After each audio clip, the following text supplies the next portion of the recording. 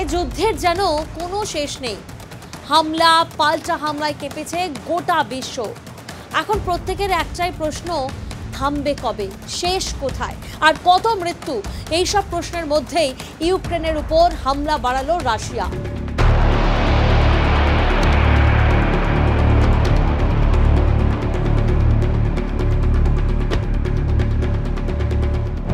দু সালের ফেব্রুয়ারিতে যুদ্ধ শুরুর পর থেকে এত বড় মাপের হামলা রাশিয়া আগে কখনো করেনি, এমনটাই জানাচ্ছে ইউক্রেনের প্রতিরক্ষা মন্ত্রক।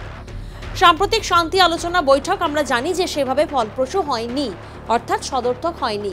দুপক্ষের বন্দি বিনিময় নিয়ে শুধুমাত্র সিদ্ধান্তে পৌঁছেছিল যুদ্ধরত রাশিয়া এবং ইউক্রেন।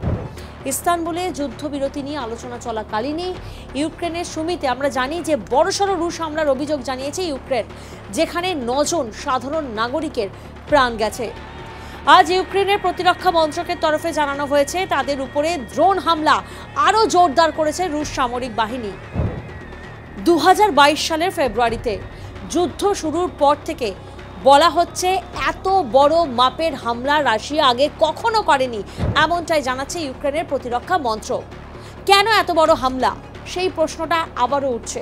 এরকম একটা তপ্ত পরিস্থিতিতে আগামীকাল রুশ প্রেসিডেন্ট ভ্লাদিমির পুতিনের সঙ্গে ফোনে কথা বলতে চলেছেন আমেরিকার প্রেসিডেন্ট ডোনাল্ড ট্রাম্প।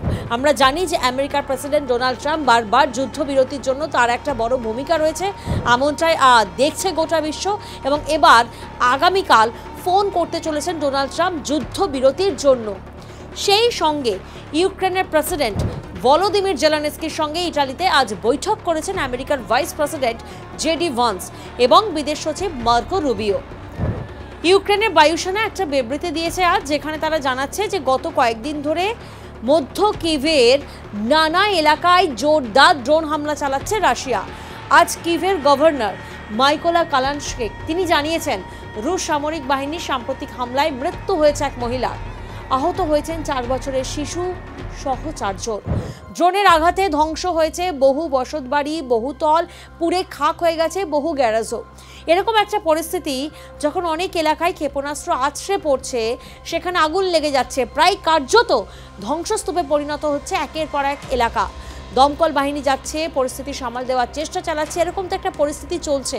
এরকম একটা পরিস্থিতিতে আগামীকাল কি হতে চলেছে সেদিকে নজর থাকছেই। গত 24 ঘন্টায় রাশিয়ায় অন্তত 273টি ড্রোন আছড়ে পড়েছে ইউক্রেনের মাটিতে, যা মনে করা হচ্ছে সব থেকে বড়সড় হামলা। পাল্টা প্রত্যাঘাত হয়েছে, সেই প্রত্যাঘাতে কি হয়েছে, 75টি ড্রোন হামলা চালিয়েছে ইউক্রেনও। রাশিয়া সবকটি ড্রোনই গুলি করে নামিয়েছে বলে রুশ প্রতিরক্ষা মন্ত্রকের তরফে পাল্টা জানানো হয়েছে। ইউক্রেনের পার্লামেন্টের প্রধান রুসলান স্টেফানচাক পুতিনকে তীব্র কটাক্ষ করে সমাজ মাধ্যমে আজ লিখেছেন, প্রায় 9 ঘন্টা ধরে একটানা বিপদ ঘণ্টি বেজেছে। পুতিনের শান্তির প্রতি আন্তরিক চেষ্টা হয়তো একেই বলে। তার আরও বক্তব্য, রাশিয়ার এই হামলা আসলে সন্ত্রাসবাদের বিশুদ্ধতম উদাহরণ। গতকাল ইউক্রেনের ডোনেৎস্ক এলাকায় রাশিয়ার হামলায় একজনের মৃত্যু হয়েছে, আহত হয়েছেন 8 জন। এছাড়া খেরসন, রাপোরিজিয়া সহ বহু এলাকায় লাগাতার হামলা চালিয়ে যাচ্ছে রাশিয়ার সেনা। এই পরিস্থিতিতে আগামীকাল পুতিনের সঙ্গে ফোনে কথা বলার কথা রয়েছে, সম্ভাবনা রয়েছে ডোনাল্ড ট্রাম্পের। আমেরিকান প্রেসিডেন্ট আগেই জানিয়েছিলেন তিনি নিজে থেকে হস্তক্ষেপ না করলে যুদ্ধবিরতি নিয়ে চূড়ান্ত কোনো সিদ্ধান্তে পৌঁছতে পারবে না কোনো দেশই। ভারত পাকিস্তানের ক্ষেত্রে আমরা দেখেছিলাম তেমনই একটা ভূমিকা ডোনাল্ড ট্রাম্প নেন। তিনি নিজেই এক্স হ্যান্ডেলে পোস্ট করেন, সামরিক বিরতির কথা তিনি নিজেই ঘোষণা করেন। আর এবার যেমনটা দেখা যাচ্ছে রাশিয়া ইউক্রেন যুদ্ধের মধ্যেও যে প্রবল টানাপোড়েন চলছে, তার মধ্যে আগামীকাল সম্ভাবনা রয়েছে যে 2 দেশের সঙ্গেই কথা বলবে ডোনাল্ড ট্রাম্প। রুশ বিদেশ মন্ত্রকও এই ফোন আলাপের কথা সংবাদ মাধ্যমের কাছে নিশ্চিত করেছে। পুতিনের পরে জেলেনস্কির সঙ্গেও ফোনে কথা বলবেন ডোনাল্ড ট্রাম্প। নতুন পোপ আমরা জানি 14 লিওর প্রথম মাস উপলক্ষে ইটালিতে গিয়েছেন আমেরিকান ভাইস প্রেসিডেন্ট এবং বিদেশ সচিব। রোমে আমেরিকান রাষ্ট্রদূতের বাসভবনে ইউক্রেনীয় প্রেসিডেন্টের সঙ্গে সাক্ষাৎ করেছেন ভান্স এবং রুবিও। ফ্রান্স, জার্মানি, পোল্যান্ড, ব্রিটেনের মতো ইউক্রেনের বন্ধু দেশের প্রধানেরা এর মধ্যেই পুতিনকে সংযত আচরণের হুঁশিয়ারি দিয়ে রেখেছেন।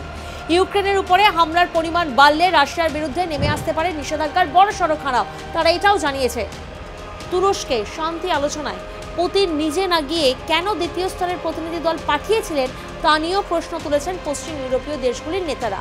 এখন এটাই দেখার আগামীকালের বৈঠক বা আগামীকালে যে ফোন আলাপ হতে চলেছে, যে কথোপকথন হতে চলেছে, তার থেকে কি আদৌ কোনো সুরাহা বেরিয়ে আসে, নাকি এই ধ্বংসলীলা চলতেই থাকবে, থামবে কোথায়, সেই প্রশ্নটাই রয়ে যাচ্ছে।